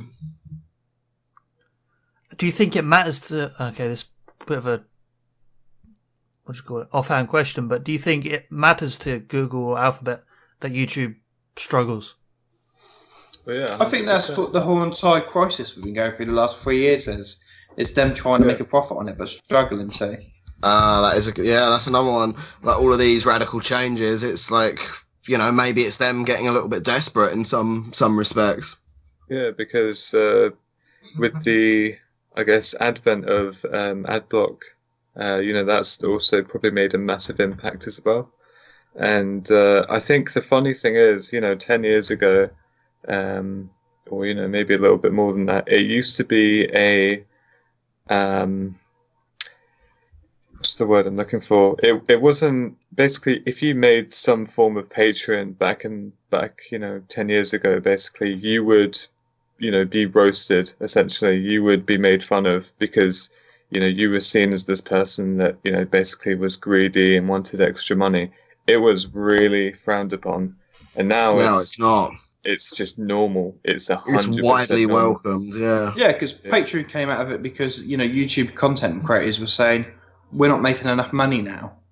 They're basically saying we can't trust YouTube now to actually supply us with a living. So if you want us to keep making videos, you've got to pay us money, or we're just going to have to go and get real jobs, and you're going to stop seeing videos. No, it's supply and demand, isn't it? Yeah. This is what I'm saying. I think all this demonetization and stuff, I think came from Patreon. I don't think there's going to be a competitor. I think we're just going to see like Patreon happening. Basically, this was the fix necessary. I can get behind that actually. Like, instead of competitors or something else taking over, it would just be a boom in like the market for things like Patreon and any other. I'm not sure. Are there other like sort of sponsorship platforms like that exist, or is Patreon like the only major one? Patreon's the big one. There probably is like another one or two, but Patreon's like the one that all the top YouTubers would use. Yeah, Patreon is a pretty big one, but there are a few others as well for the political side of things, because a lot of political kind of YouTubers have I guess, been demonetized from Patreon. Indeed, they have certain views, which is really strange. It's the same on YouTube. Like political videos get demonetized now. Yeah, that and also I think certain payment processes also have kind of done the same thing, both in the past and in, I guess, the recent present as well. So yeah, there's quite a few alternatives to Patreon. Cool. But I think the biggest, all these changes have basically happened primarily most likely because profit is becoming kind of non-existent on YouTube. And as I've said, or mentioned before to Adam, the biggest issue is that it's 100% free. You look at all these cloud storage services and all the rest of it, and you have to pay a certain amount of money past a certain amount of storage point. Whereas on YouTube you could literally upload 4K videos, 50 of them, and take up terabytes worth of space, technically speaking, for free. And I think that's the biggest issue. They need to find some way of making consistent uploaders or big YouTubers to pay some form of subscription to be able to continue uploading. And that will probably be the only solution to not only stopping content that isn't I don't think it's the big YouTubers that need to be charged. I think it's the ones who have no views. That's what I'm saying. The average YouTube video probably has like 15 views or something ridiculously low. And YouTube's got to pay to store this and all that. And they're just storing hundreds and hundreds and hundreds of thousands of hours of just crap that no one watches. Yeah, that's what I'm saying. That will also deter that as well if they enforced a subscription model. I think that the best idea would probably be if you upload over like an hour or two worth of content, then you have to start paying. Or if you upload if you want to upload like past 1080p, then you have to pay as well. So I would say that's a pretty decent subscription model if they if they ever came down to it. But they'll probably just make it something horrific, like, oh yeah, you have to pay like $5 a month to access the entire site or something stupid like that. Because even though everyone that Google/YouTube goes to all these big universities, the amount of ideas and terrible decisions made really don't reflect that education. Jesus. Tell us how you really feel. It's true. You got all these people coming out of university going into these big companies, and then you get articles like this happening. Like, what does that say? Yeah, and as a university student, I will agree that where you go to university and what degree you get doesn't necessarily it doesn't affect your ability to make. It doesn't change who you are as a person. I think it's if you come straight out of university and you have no prior work experience, which I'm sure there are a few cases like that, that's a little bit different because what can you do in that scenario? Like, you're about to find out the world works a lot differently to how you expected. Getting a little bit off topic, kind of blaming university students for not blaming. I do not blame university students in the slightest. I think it's unnecessary expectations on university students. Before Dalek gets if university students had exoskeletons, we wouldn't be having this problem with exactly, mate. Exactly. I'm just saying, you've got all these people like joining Google, which I assume to be people that come out of university and all these big, places of education, and then you've got poor decision making like this, and you wouldn't expect. That's not necessarily the fault of the people who join the company, though. That's the people above them that are making most of those decisions. Like the people, I'm not sure what the hiring rate is for Google, but I know that it's very hard to get into. They don't just hire any old shitter off the corner of the street. That's what I'm saying. And it's Who not. they I hire? don't think it's like. I don't think it's the employee force that's like necessary, or the workforce rather, that's to blame for that. Like, I don't think it's the uni, like the fresh out of uni students that go there. Like the people who are fresh out of uni and go to a job like that, I imagine they learn quite a lot about how a job like or how an environment like that functions, and they learn a lot about the real world. It's more when you get to the position of scrambling around trying to make a profit. It's like when you're in a position like that, that's when bad decisions get made. Yeah, Like the these people are executive decisions. Yeah, exactly. It's the people who join the company. They ultimately have no say in like what changes are made. They're just there to do a job, and they do it. And if they don't do it, they'll find someone who does do it. So, yeah, it's like it is. True. That's the thing with the bigger companies. Like the bigger companies, it's always going to be like the executive decision that, like Chris said, which is where you see the majority of these changes. Like you're not going to get your guy from the bottom of the barrel calling all the shots, No, of course not. But I would hope that there's some form of, obviously it's difficult in a corporate environment, but hopefully, well, I say hopefully. I mean, it's been going on for like nearly 15 years now. Hopefully, some form of group or people can do something in Oh, there. God, that sounded way too foreboding, dude. Probably not, but Hopefully there's a certain group out there that can do something about this. It's like, fucking hell. You've got like a group of like 40, 50 people inside the company, and they all come together and think, okay, we need to tell this terrible exec that their decision making is basically not helping things. Here are the stats, can I just interrupt, Alec? I think, with all due respect, it might not be. Should we do another walkout, nowhere guys? near as simple as that, because they'll probably lose their job within the next 10 seconds. Let's do another walkout, because that worked so well last time. Oh, fuck. Right. Let's segue Sorry, I'm before just Dalek ranting starts at going this on his point. John I'm Peterson ranting. rants,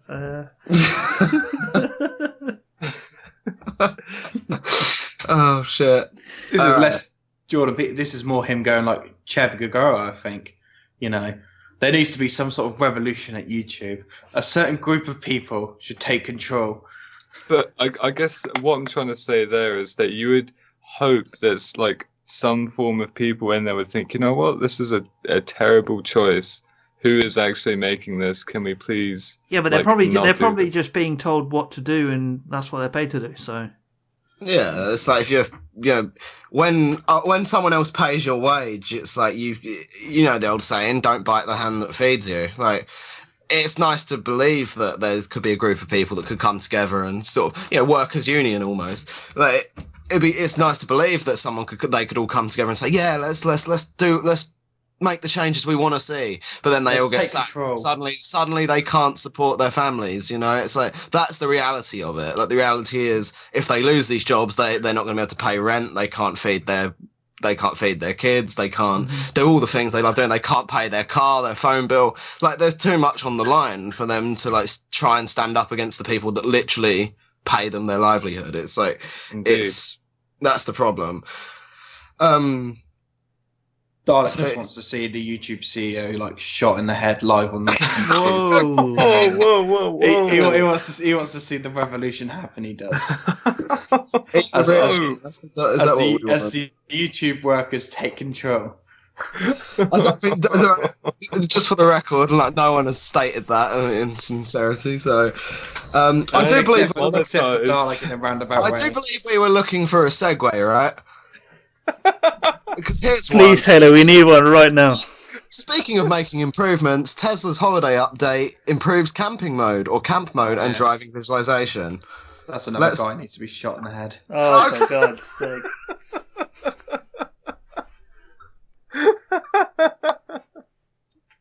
Adam's just sat there now, face in hands, thinking all this editing I've got to do. It's like he's about to fucking hang up this call.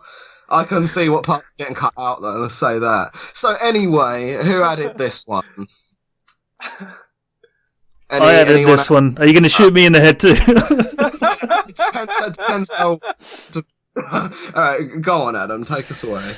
No, I think this is just an easy one to end on because it's like there's not much to it. They basically just made an update that you can have camp mode, which basically means you pull up like this and you can put a bloody look at that thing.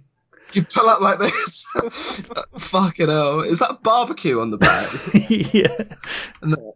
Wait, it's just equipped with like its own. Like, Tesla began pushing its holiday update to its vehicle fleet. The changes include one present for EV owners.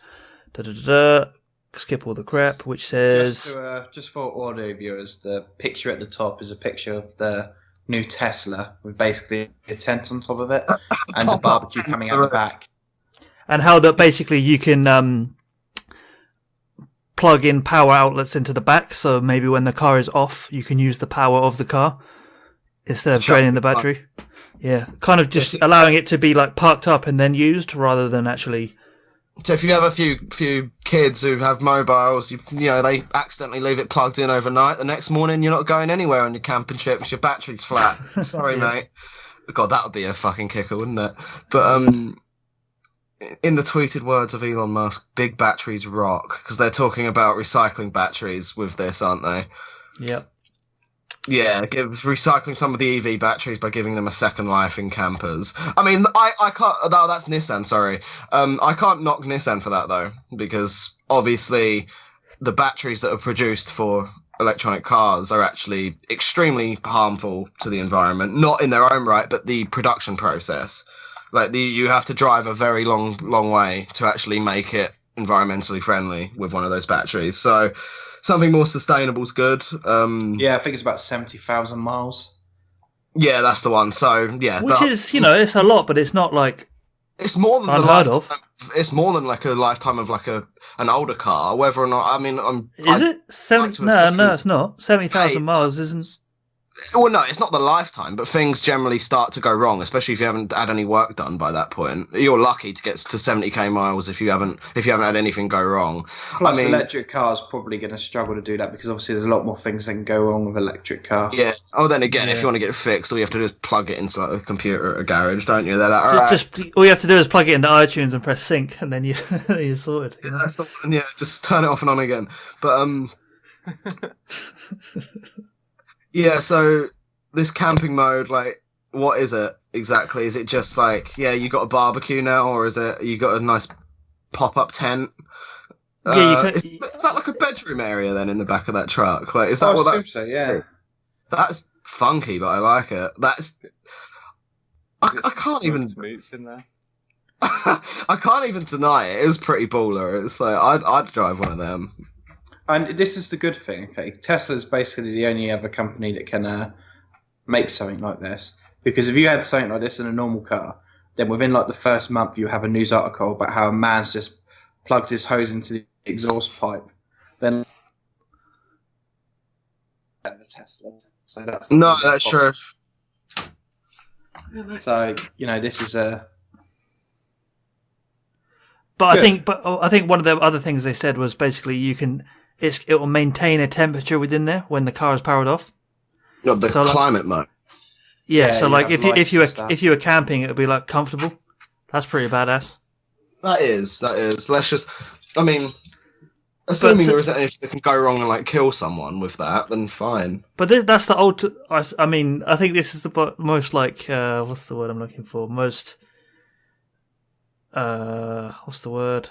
Most obnoxious thing would be to you're at a campsite, right? You've got your little tent on the floor or whatever it is.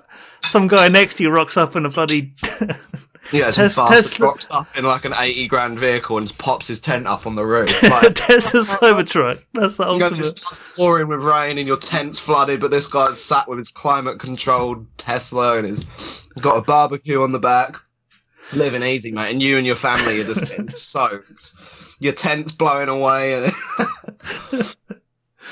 they're trying to like use a lighter to light what's left of the campfire, and this guy just goes AC up. Thank you very much. And then the car next to you's just got everything. Yeah. Even bulletproof windows. He's camping in a bulletproof I know. That's when one of the campers throws like a baseball at the window and it just shatters. That's the thing is with a Tesla, whenever you win, whenever you lose, at least you show off. Right? That's true. If they fail, they fail in style, you know. Exactly. All right, I think that's a good time to sort of end episode 7 of Caught in the Web. Thanks, guys, for joining me. Any final kind of end of the show words you want to add in, guys? Yeah, we don't condone crime. The comments made in this podcast were strictly satirical. Yeah. About you, Chris? Any last words? Yeah, it's been fun. Fun, yeah. Happy New Year, everyone.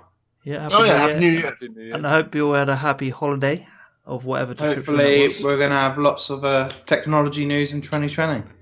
Yeah. Oh, I'm sure we will. Are you guys all? Well, obviously it's a week, so it's a while away. So, are you guys happy for next week? Yeah. To be continued. Fair enough. All right, we'll leave it there then. Thanks for listening. This has been Adam, Chris, Taylor, and Dalek with episode 7 of Caught in the Web. Thanks a lot, and I'll see you next week. Peace. Goodbye. Peace.